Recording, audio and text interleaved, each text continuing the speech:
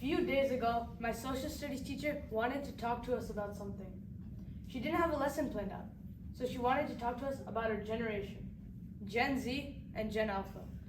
Well, that went just as well as you'd expect from our least favorite class who always gets pop quizzes. We all started screaming and yelling. The second she turned to one side of the room, the other would start to yell. She was quite angry, but then she got a pretty valid question. What generation was she a part of? Well, she was kind of angry to figure out that she was a part of our generation. And this is because of how bad our generation is. We're not the best, and I'm sure you all know that. The answer the person gave her was she was a millennial, because that is a part of Gen Z, but in her time period, they called it millennials for some reason that I am not sure. But our class told her, no, you are Gen Z, and this is why. A few days after that, she started teaching us about FDR, President Franklin D. Roosevelt. She said he was a very charismatic person, and she asked us, what does that mean? And we all shouted, W Riz. Well, that went just as well as you'd expect. We all started falling out of our seats in laughter.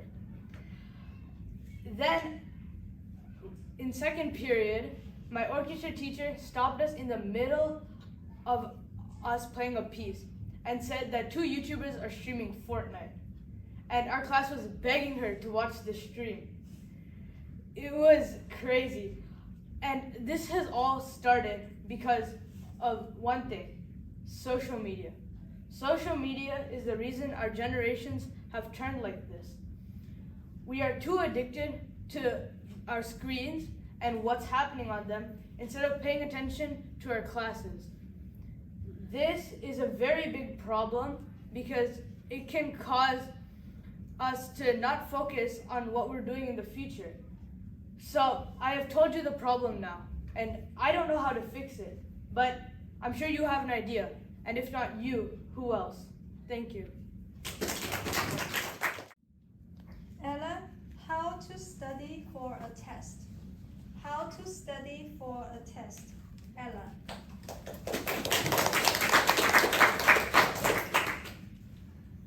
Now think about it this way. It's already 10 p.m. at night. You're very tired, and you know you have a test the next day. You frantically sit down at your desk and flip open your notebook just to study. Now let's rewind back to time, Monday, and see what you were doing. You were scrolling on your phone. Now what else could you have been doing? Studying. Now, to lots of people in this room, studying is a very boring thing. But what if it's because the notes you take aren't as, well, fun? Well, sometimes people just write down a humongous block of text that you can't even understand. Instead, opt for a different decision and take notes that you understand. Better yet, if you and your friend understand the same notes, you can literally just study with your friend. That just makes it more fun because you and your friend studying together, it's just amazing. But also, sometimes you don't, but also sometimes your friends might not like studying as much as you, so they might ask you to come play with you. Now, you want to stop and think on what is more important, playing with your friends or studying for your test. Now, usually you would go play with your friends because studying is boring, but you remember your test and then you need to study in order to get a good grade on your test. So you could just tell your friend, sorry, I need to study for my test. I can play with you later though. And just like that, your friend leaves and you can study for your test in peace. But also, most importantly, this is something I really like doing, and I like studying outside. Sometimes your environment changes and you can just study better. You know, maybe you like sitting in bed and studying, or you like studying at your desk, or you like studying outside. Just do what you want because no one's going to try to stop you. Also, sometimes if you don't want to study, you can sometimes just relax yourself, take a few deep breaths, and then start all over again, look at your notes, do whatever you want. It's your life. So next time when you have a test and you use these tips, I guarantee you're gonna have a good grade.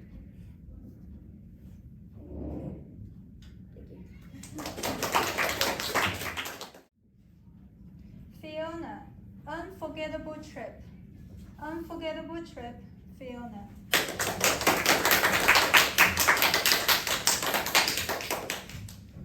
On our way to Atlanta, Dad asked us what we wanted to get. Chick-fil-A, I snapped. But my sister looked at me like I was the biggest moron ever.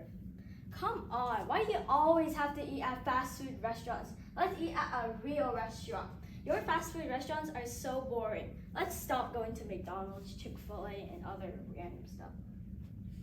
And then we started arguing for years. And finally, my dad said, shut up, guys. Let's just go to Chick-fil-A. In the ride, there were millions of traffic. Our ride isn't even that long, 6 hours. But literally every freaking 20 minutes, we get stuck in traffic in the highway. And this takes forever. And now their speed is like 90 miles per hour, these cars, on a 60-mile-per-hour limit. And then, of course, there's that one person who goes 30 miles per hour. With the help of these people, we almost got into a car crash 3 times. Thank God my mom wasn't driving, or else we'd be dead by now. After 6 hours of driving, we went to the best area ever, with the best food, a food court. I know, not that good, but this food court was just special. Atlanta has really good food, and I loved it. When we got back to the hotel, it was straight mid. Our hotel was called Best West. Best West, huh? I like to call it the worst West. The funny thing is, this Best West hotel was on the eastern side. What is this logic? You put a Best West on the eastern side. But you know why I call it the worst West?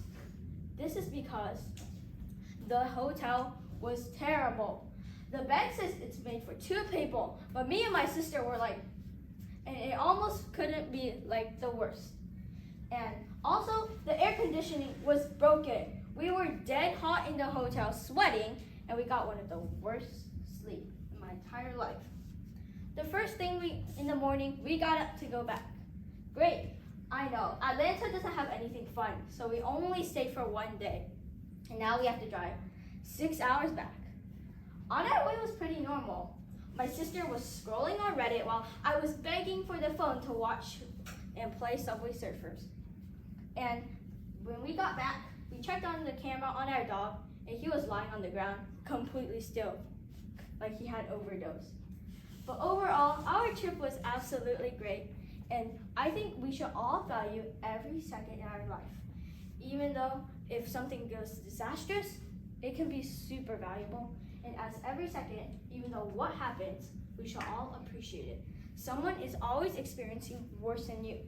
So be grateful about whatever happens, because every second in your life is very precious and we should all value it. Thank you. Eddie, slow down. Slow down, Eddie.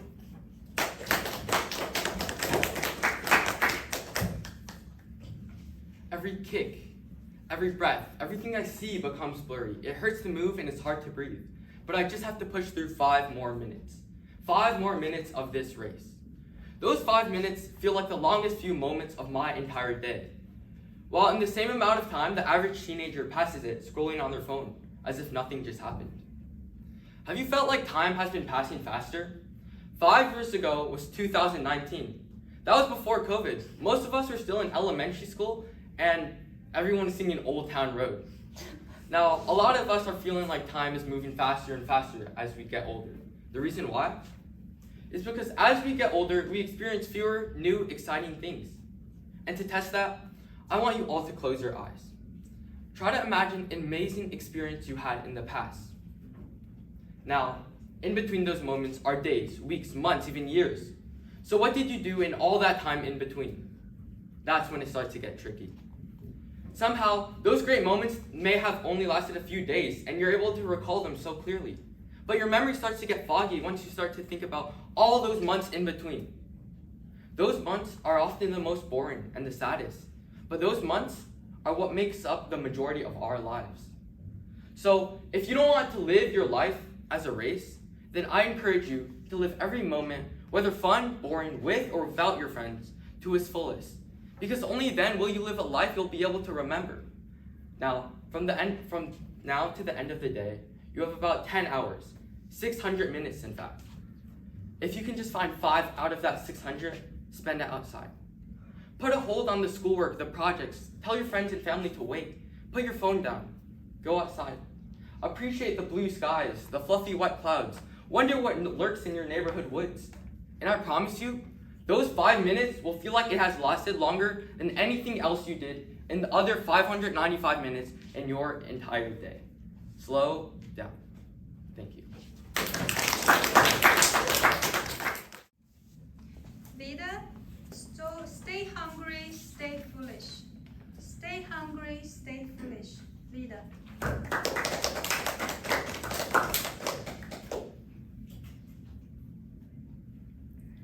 Before getting started, I want to ask everyone in this room a question. Do you actually know and understand yourself? Do you believe in yourself? Are you genuinely enjoying the life you're living? Are you still you? Well, that may be a stupid question to ask. Are we seriously suggesting that an alien was draw in, snatch your body, and start living your life, living you not to be you? Probably not. But have you ever glanced back and realized that you've done something entirely unlike your usual self? Of course, it's impossible to connect these dots, meaning your life events, looking forward when you have just done it. But it's very, very clear looking backwards after years of experiencing and living in this world, this society. You have to trust that the dots will somehow connect in your future, because believing that the dots will connect down the road will give you the confidence to follow your heart, to do something that you never have done before, and that will make all the difference. I believe that most of y'all know about the story of Steve Jobs, where he dropped out of college, started work on personal computers, and got kicked out of his own company. How can someone get fired from a company they just started? It was devastating. The life goal of his is gone. There's nothing he could do about it, and he did nothing about it. As he said, quote, "I have dropped the baton as it was passed to me," and considered himself failure. To me, I would probably just give up on these projects and just run away and put everything aside. But that can't clear your path. You still have to face it. Face the other side of the world where you need to step into the black hole where everything is unknown and dangerous. That's your life lesson. That's something you have to experience. That's the reason of life, the reason for you. As he has said, quote, "I still loved what I did. I have been rejected, but I was still in love." Sometimes life is going to throw you into an entirely different situation and play around with you, and you can do nothing about it. So just enjoy this moment and find out the true meaning of life. And so I decided to start over. The heaviness of being successful was replaced by the lightness of being a beginner again. Less sure about everything. You need to know that starting over is a part of everyone. We need to accept our failure and think, reset just like a phoenix, with its bright and vibrant color turning more fascinating each time after its restart. You've got to find what you love. The only way to be truly satisfied is to do what you believe is great work. And the only way to do great work is to love what you do. If you haven't found it yet, keep looking and don't settle. Always remember, stay hungry, stay foolish. Thank you. Saloni, 3 wishes, 3 choices. 3 wishes, 3 choices. Saloni.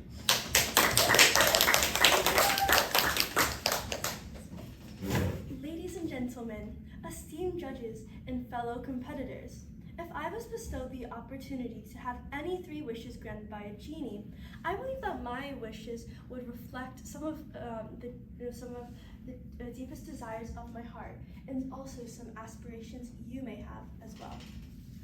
Firstly, I would wish for my studies to excel beyond measure. You see, like many of you, I invest countless hours into my studies, yearning for success. However, it's not just about achieving perfection effortlessly. It's about the satisfaction of your hard work paying off, the relief of getting into your dream school, and the knowledge that everything is going to be okay.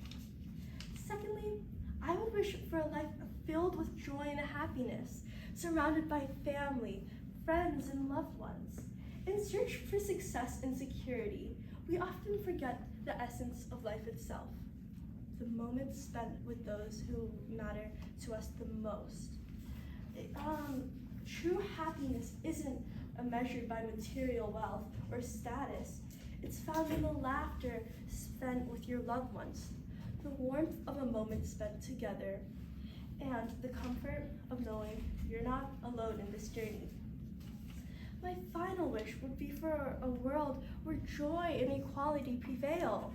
It pains me to witness the injustices that plague our society. Wars, refugee crisis, discrimination against the most vulnerable among us. I dream for a world where everyone has access to the same opportunities, where financial stability isn't a privilege but a right, and where compassion and empathy would guide all of our actions. But here's the thing, these wishes can't be granted through magic, and life's beauty lies in the journey, the struggles and triumphs that shape who we are today. Magically getting into your dream school isn't fulfilling. It's fulfilling when you know that all your hard work has paid off. So instead of waiting for a pretend genie to fulfill our wishes, let's turn our dreams into reality. Start a nonprofit organization to support a cause very close to your heart. Dedicate yourself to studies and pursue a career that aligns with your goals and interests. Connect with family and friends, and cherish every moment spent together. And most importantly, strive to make a positive impact, whether through just small acts of kindness to large endeavors that could change the whole world. In conclusion, what would you do with your 3 wishes? And what would your wishes be? And more importantly, how could you turn those wishes into reality? Let us not merely dream of a better world, but actively work towards building it, one step at a time. What are your 3 choices?